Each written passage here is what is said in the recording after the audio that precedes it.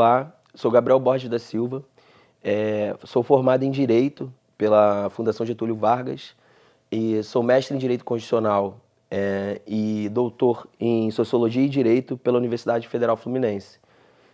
Também desenvolvi uma pesquisa de pós-doutorado pela Universidade Federal Fluminense e trabalho com pesquisas que envolvem violência urbana, tratando entre o direito, a antropologia e a sociologia. Hoje eu vou falar um pouco da minha pesquisa de doutorado para vocês e escolhi um caminho que possa introduzir esse pequeno recorte da pesquisa. Então, trabalharei um pouco a ideia de etnografia, que é a ferramenta de pesquisa que eu utilizei para alcançar meus dados.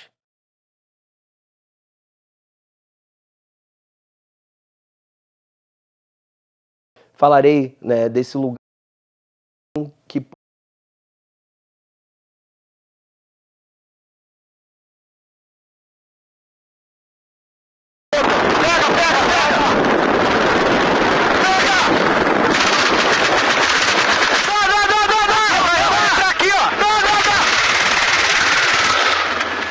Olá, sou Gabriel Borges da Silva, sou formado em Direito pela Fundação Getúlio Vargas e sou mestre em Direito Constitucional e doutor em Sociologia e Direito pela Universidade Federal Fluminense. Também desenvolvi uma pesquisa de pós-doutorado pela Universidade Federal Fluminense e trabalho com pesquisas que envolvem violência urbana, tratando entre o direito, a antropologia e a sociologia. Hoje eu vou falar um pouco da minha pesquisa de doutorado para vocês e escolhi um caminho que possa introduzir esse pequeno recorte da pesquisa. Então, trabalharei um pouco a ideia de etnografia, que é a ferramenta de pesquisa que eu utilizei para alcançar meus dados. Falarei desse lugar chamado de favela, a partir da minha perspectiva enquanto pesquisador, de como a polícia aparece nesse contexto e de quais relações ela vai conceber a partir da desigualdade, da distribuição da violência, e por fim trarei para vocês um pouquinho da relação entre desigualdade social e o sistema de justiça no Brasil. A etnografia ela é uma ferramenta muito potente para o meu trabalho, porque como um cria de favela, ou seja, alguém que cresceu, que nasceu, que viveu, que partilhou muito dos momentos e muitas das mortes que eu descrevo em minha pesquisa, ela me deu material importante para não ser confundido dentre os locais que frequentei como um investigador policial, ou como um jornalista, ou como alguém que poderia levar, entregar aquele contexto para de uma forma que não fosse concebida por quem morava naquele local. Então a etnografia me permitiu ouvir as pessoas e poder descrever o que elas queriam dizer, E a partir dessa ferramenta eu tracei uma questão para meus interlocutores, que era como elas lidavam com a morte naquele contexto. Temos uma ideia de que o termo favela ele surge após soldados que guerrearam com uma comunidade no interior da Bahia, chamada de Canudos, vieram para o Rio de Janeiro cobrar do governo, à época, 1896, 1897, seus soldos. E o governo brasileiro não pagou esses soldados. Então eles ficaram nesse lugar que hoje é o centro, que se encontra no centro da cidade do Rio de Janeiro, um morro conhecido atualmente como Morro da Providência. E na época, esses soldados identificaram uma planta que chamava favélia e que havia também lá na Bahia. Então, começaram a chamar esse lugar de Morro da Favélia. E com o tempo, locais como a Providência ganharam essa classificação. É importante entender como que a ideia de favela se constitui, porque a minha pesquisa demonstrou que cada favela é um lugar diferente. Como cada lugar da cidade é diferente, como a Pensilvânia é diferente de Washington DC, uma favela é diferente da outra, como qualquer outro lugar. Então, eu digo, um lugar chamado de favela. Por quê? Porque havia primeiro o bairro do Céu Azul, e esse bairro do Céu Azul foi chamado de Favela do Vale. Uma coisa que é importante trazer, sobre a questão da etnografia é que a etnografia ela nos guia a guardar a identidade das pessoas, né? Então, os nomes Céu Azul e Vale são nomes que eu criei para não identificar esses lugares. Com a desigualdade social existente no Rio de Janeiro, né, e o surgimento do que a gente vai chamar no Brasil de facções criminosas, os lugares onde esses mercados de drogas se estabeleciam foram, e coincidentemente com a pobreza, ou seja, um lugar que se estabelece o mercado de drogas sem pobreza não é chamado de favela. Um lugar que se estabelece o mercado de drogas com pobreza vai ganhar a alcunha de favela. Então, o bairro do Céu Azul, nos anos 90, passou a ser chamado de Favela do Vale. Para isso, é muito importante entender como que a polícia foi criada no Brasil, né? Em 1809, houve a invasão napoleônica em Portugal. E, com isso, o rei de Portugal, à época, Dom João VI, fugiu das tropas napoleônicas para o Brasil. E quando chegou no Brasil, especificamente no Rio de Janeiro, que era a capital do Brasil à época, ele constituiu uma guarda militar, né, que é a Polícia Militar do Estado do Rio de Janeiro, inclusive que hoje ostenta o mesmo brasão da época do Dom João VI. E essa polícia foi criada para perseguir, né, pessoas escravizadas que se insurgiam contra o sistema de escravidão e também para proteger o príncipe de Portugal no Brasil, né, de possíveis movimentos revolucionários. Então, desde a criação da instituição policial, ela servia para perseguir pessoas negras, pobres e proteger, né, as elites tradicionais do nosso país. Esse é um ponto importante da minha pesquisa, porque a ideia de Deu Mole, ela vai ter dois sentidos, né? Ou vai constituir um sentido nos lugares chamados de favela, e a partir disso ela vai constituir uma categoria analítica, né, conforme eu produzi minha etnografia. Então, o Deu Mole é uma forma de responsabilizar quem sofreu a violência, da violência sofrida. Então, posso trazer alguns casos para a gente pensar um pouco esse movimento.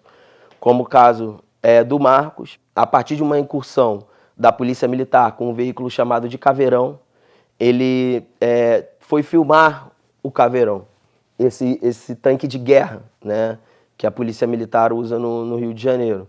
E os policiais dentro do Caveirão deram um tiro na sua cabeça, né? O Marcos, ele tinha 16 anos, ele trabalhava entregando gás, né?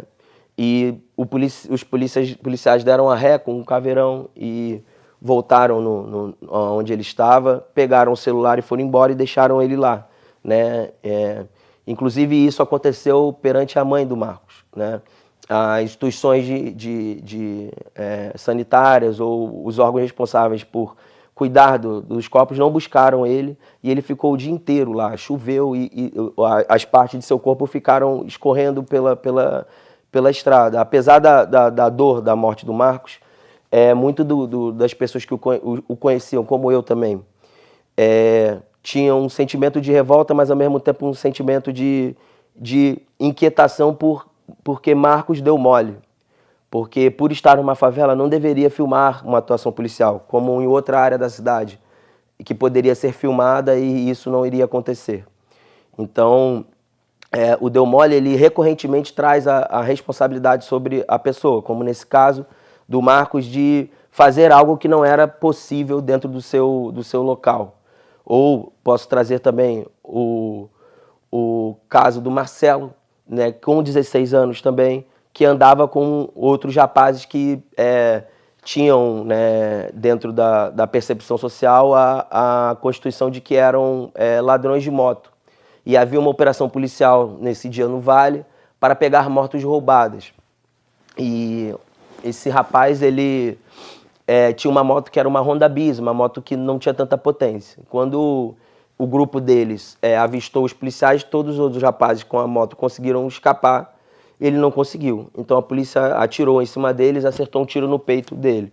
Só que o Marcelo, ele era um rapaz que tinha uma mãe branca e um pai negro.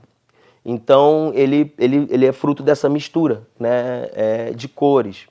E quando os policiais pegam o documento da moto dele, ligam para a mãe dele e dizem, ó, encontramos o ladrão da sua moto, porque não identificaram sua cor, seu fenótipo com a da mãe, que era branca.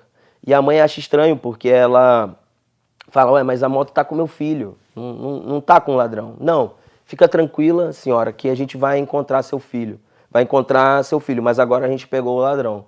E quando ela chega nesse local, na verdade quem está morto ali é o filho dela. E para todos o mole do Marcelo foi de andar como um ditado que há na Bíblia, né? Quem com porco se mistura, farelo come. Então ele morreu porque ele andou com as pessoas erradas, né? E a partir dessa perspectiva, eu comecei a entender que o deu mole significava uma forma que os moradores do Vale utilizavam para lidar com a morte, porque a morte é um problema de quem está vivo, sociologicamente. Então, quem está vivo precisa acreditar que não deu mole, quando você está num ambiente que você não pode questionar quem mata. É muito importante entender essa relação da pandemia para minha pesquisa com as operações policiais, né? A Polícia Militar do Rio de Janeiro, desde o início dos anos 2000, ela usa um veículo que chamamos de caveirão, né? Na verdade é um tanque de guerra, né? E por conta dessas características reproduzem ações de guerra dentro da própria cidade, né? É importante ressaltar que a nossa polícia é uma polícia militar, né? E talvez uma das primeiras do mundo. Esse modelo hoje já é replicado em alguns lugares, mas é uma polícia militar para cuidar da sua própria população, com estratégias militares, com ações militares, inclusive dá treinamento para outros grupos militares estatais no mundo inteiro.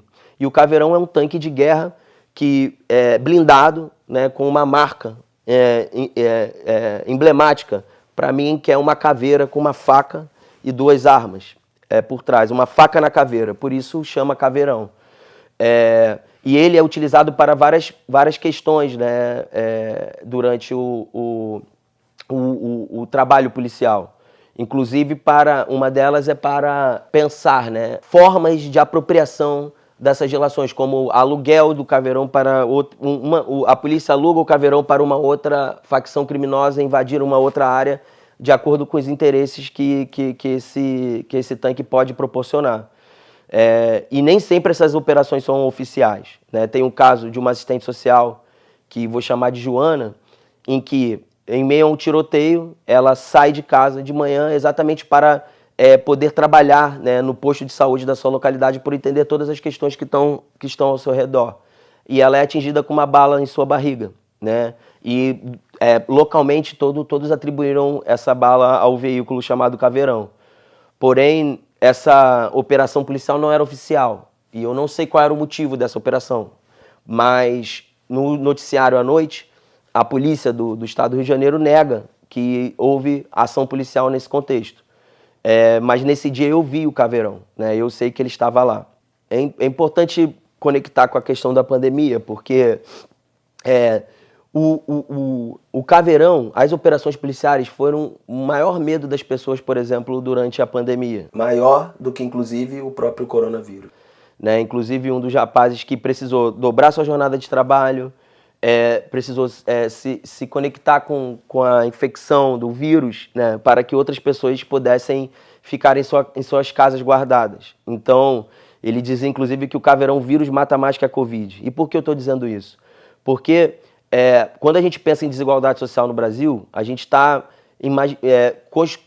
falando, né, de uma desigualdade que repercute, né, uma falta de acesso a direitos, né, civis de cidadania. Então, o tratamento policial é a forma, né, que na cidade do Rio de Janeiro, né, o governo utiliza para lidar com a pobreza.